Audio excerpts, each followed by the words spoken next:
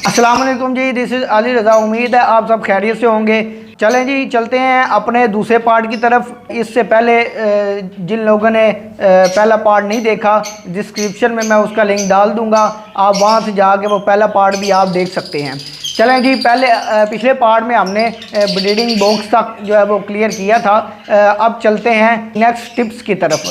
पिछले पार्ट में मैंने आपसे जो है वो एक टिप मैंने डिस्कस की थी, वो थी आपके केज ऑर्डर होने हुए बहुत ज़्यादा ज़रूरी है और आपके पास 4-5 एक्स्ट्रा केज भी होने बहुत ज़्यादा ज़रूरी हैं। इस वीडियो में मैं आपको ये बताने लगा हूँ कि जी जो ब्रीडिंग केज है उसका क्या साइज़ होना चाहिए, और जो ब्रीडिंग और फ्लाइट केज कुछ लोगों का इकट्ठा होता है तो उसका क्या साइज़ होना चाहिए। और कुछ लोगों ने फ़्लाइट केज रखे ही अलग होते हैं, ब्रीडिंग केज उनके अलग होते हैं, तो फ़्लाइट केज का साइज़ क्या होना चाहिए। चलें जी, मैं जो अपने केज इस्तेमाल करता हूँ वो मेरे फ़्लाइट केज और ब्रीडिंग केज एक ही हैं। ये देखें जी, मेरा जो ये केज है ये 1.5 चौड़ा है, 1.5 फीट चौड़ा है और 1.5 इंच ऊंचा है। यानी इसकी 1.5 चौड़ाई है और 1.5 लंबाई है और 3 इसकी डेप्थ है। जी हाँ, 3 इसकी गहराई है। तो ये इसको बोलते हैं ब्रीडिंग केज और फ्लाइट केज एक ही। यानी हमारा सीज़न ख़त्म होता है, एंड ऑफ सीज़न, मैं अपने बर्ड्स को यहाँ से निकाल के ब्रीडिंग अब फ्लाइट केज में नहीं डालता। उसकी वजह यह है कि यही मेरा फ्लाइट केज है, यही मेरा ब्रीडिंग केज है। इसमें जो पेड़ लगा हुआ है वो इसी तरह इसी अपने खाने में लगा रहता है, तो इससे नुकसान भी नहीं होता। अब यहाँ से सारे बर्ड को निकाल के आप फ्लाइट केज में छोड़ेंगे तो वहाँ पे बर्ड फिर आपस में लड़ते हैं और कुछ बर्ड फिर एक्सपायर भी हो जाते हैं, तो नुकसान हो जाता है। तो ये बेस्ट ऑप्शन है कि आप ब्रीडिंग और फ्लाइट केज इकट्ठा बना के इस्तेमाल कर रहे हैं। तो मेरा तो आपको यही मशवरा है कि आप फ्लाइट और ब्रीडिंग केज अपने पेयर्स के लिए एक ही बनवा के रखें, ताकि आपको सबको निकाल कर फ्लाइट केज में अलहदा से छोड़ना ना पड़े। एक ही आपका ब्रीडिंग केज हो, एक ही आपका फ्लाइट केज हो। अब जी वो लोग जिनके फ्लाइट केज होते ही अलग हैं, ठीक है, और उसका क्या साइज़ होना चाहिए। मेरे जो चिक्स आते हैं पहले मैं उनको ब्रीडिंग केज में होल्डर करता हूँ 1 से 1.5 महीना, फिर मैं उनको जो है फ्लाइट केज में लेके जाता हूँ। आइडियल फ्लाइट केज का साइज़ क्या होना चाहिए, फ्लाइट का क्या साइज़ होना चाहिए बर्ड के। तो बर्ड की जो फ्लाइट केज का साइज़ है वो मिनिमम 3x3x5 का होना चाहिए, वरना कुछ लोग तो 3x3x10 का भी जो है वो फ्लाइट इस्तेमाल करते हैं। लेकिन मिनिमम छोटे से छोटा या कम से कम आपके फ़्लाइट का केज का जो साइज़ है, और ज़्यादा से ज़्यादा आपकी केज का जो फ़्लाइट केज का जो साइज़ है वो 10 और मिनिमम 5 जो है वो होना चाहिए। यानी 3x3x5 या 3x3x10। चलें जी, चलते हैं अब अपने सॉफ्ट फूड की तरफ। सॉफ्ट फूड का मैं पार्ट अलहदा से दूंगा, उसमें ही मैं आपको बताऊंगा कि सॉफ्ट फूड में आपने क्या क्या देना है और क्या क्या विटामिन देने हैं। अभी इस वीडियो में मैं आपको सिर्फ ये बताऊंगा कि आपने सॉफ्ट फूड और विटामिन बर्ड को कब देना शुरू कर देना है। जी हाँ, आपने अपने बर्ड्स को विटामिन और soft food breeding box install करने से 1 महीना पहले देना शुरू कर देना है। और उस जो 1 मरतबा आप सॉफ्ट फूड दे देंगे उसमें आपने कोई चेंजिंग नहीं करनी। फिर ये होता है कि बर्ड जो आप पहले डाल 4-5-6 दिन हफ्ता आप डालते हैं उसका बर्ड आदी हो जाता है, फिर आप चेंजिंग करते हैं, फिर उसको आदी होने में टाइम लगेगा, तो फिर जो है वो आपका जो विटामिन कैल्शियम मिनरल्स का जो कोर्स है 30 दिन का वो पूरा नहीं हो सकेगा। तो आप कोशिश करें कि इन ब्रीडिंग सीज़न आप 1 मरतबा जो सॉफ्ट फूड डाल दें वही आप पूरा महीना डालें, उसमें कोई चेंजिंग ना करें। तो जी आपने 30 दिन का कोर्स करवाना होता है। उसके बाद जब आप बॉक्स इंस्टॉल कर देते हैं, 30 दिन का आपका कोर्स विटामिन कैल्शियम का पूरा हो जाता है। उसके बाद आपने इनको रोज़ाना की बुनियाद पर विटामिन कैल्शियम मिनरल्स वगैरह का कोई कोर्स नहीं करवाना। आपने हफ्ते में 2 मरतबा आप अपने बर्ड को विटामिन वगैरह डाल दें, वरना आपका बर्ड जो है वो ओवर डोज हो जाएगा और फिर एक्सपायर भी हो सकता है, फिर बर्ड को सोकड़ा भी हो सकता है और कई बीमारियां भी लग सकते हैं और फिर एंड ऑफ क्या होता है कि आपका बर्ड जो है वो एक्सपायर हो जाता है।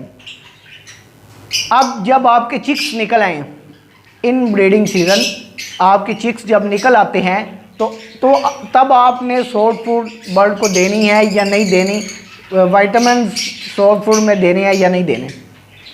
आपके जब चिक्स जो है वो हैच हो जाए तो फिर आपने बिल्कुल भी पहले 3 से 4 दिन बर्ड्स को सॉफ्ट फूड नहीं देनी और ना ही कोई विटामिन देने हैं। जब तक बर्ड्स जो है 3 से 4 दिन का ना हो जाए आप सॉफ्ट फूड ना डालें, बिल्कुल सिर्फ दाने पर जो है वो बर्ड्स को, अपने चिक्स को जो है वो आप पलवाएं। 3 से 4 दिन गुजर जाएं, अब आप खाली सॉफ्ट फूड अपने बर्ड्स को दें, उसमें कोई विटामिन कैल्शियम वगैरह आपने नहीं डालना। बच्चे जो चिक्स होते हैं वो छोटे होते हैं, वो ओवरडोज हो जाते हैं, वो उसको जो है वो बर्दाश्त नहीं कर पाते। मेरे पिछले से पिछले साल इस तरह हुआ था, मैंने भी अपने बर्ड्स को जो है वो दी थी सॉफ्ट फूड जब चिक्स निकले हुए थे, तो विटामिन कैल्शियम की वजह से ओवरडोज हो गए और मेरे चिक्स काफ़ी ज़्यादा एक्सपायर्ड हो गए थे। तो लिहाजा आपसे मैं अपना एक्सपीरियंस आपसे शेयर कर रहा हूँ। आपसे गुजारिश है कि आप ये गलती ना करें, अपने बर्ड्स को जब चिक्स निकले हुए हों विटामिन कैल्शियम वगैरह आप ना दें। चलें जी चलते हैं। अब आपने पेयरिंग कब आपको कर देनी चाहिए, मिसाल के तौर पे 1 नवंबर को ब्रीडिंग सीज़न शुरू हो रहा है, तो आपको 1 अक्टूबर को अपनी पेयरिंग करके खाने में, अपने ब्रीडिंग जो खाने हैं उनमें आपको अपने पेयर्स छोड़ देने चाहिए ताकि अच्छी तरह आपके पेयर्स आपस में बॉन्ड हो जाएं और उनको बॉन्ड होने के लिए टाइम भी जो है वो अच्छा मिल जाए। चलें जी अब डिस्कस कर लेते हैं कि आपके पास जो बर्ड पिछले साल ब्रीड किए हैं उनका रिकॉर्ड होना बहुत ज़्यादा ज़रूरी है। क्या रिकॉर्ड होना ज़रूरी है कि हमारा कौन सा पोस्टिंग पेड़ है जिसने पिछले साल हमारे पास बड़ी ज़्यादा अच्छी परफॉर्मेंस की है, बड़े अच्छे बच्चे पाले हैं और अच्छी ब्रीड दी है आपको, तो उनका एक तो आपके पास रिकॉर्ड होना चाहिए ताकि आपको पता हो कि मेरे पास कितने अच्छे पोस्टिंग पेड़ हैं और किस म्यूटेशन के अंडे मैंने किस पोस्टिंग पेड़ के जो है वो नीचे पोस्टर करने हैं, तो ये आपको पता होना बहुत ज़रूरी है। और कौन सी म्यूटेशन के जो जोड़े हैं जिन्होंने आपके पास अच्छी परफॉर्मेंस की है, अच्छी ब्रीड दी है, उनका भी आपके पास कोड होना बहुत ज़्यादा ज़रूरी है ताकि इस साल आपका जो है वो टाइम ज़ाया ना हो और आपको पता हो कि आपका कौन सा बर्ड जो है वो अच्छी ब्रीड दे सकता है। अब ये आपका होना चाहिए कि आपके हर एक बर्ड का DNA हुआ होना बहुत ज़्यादा ज़रूरी है, चाहे वो फोस्टिंग पेयर है चाहे वो म्यूटेशन का कोई पेयर है।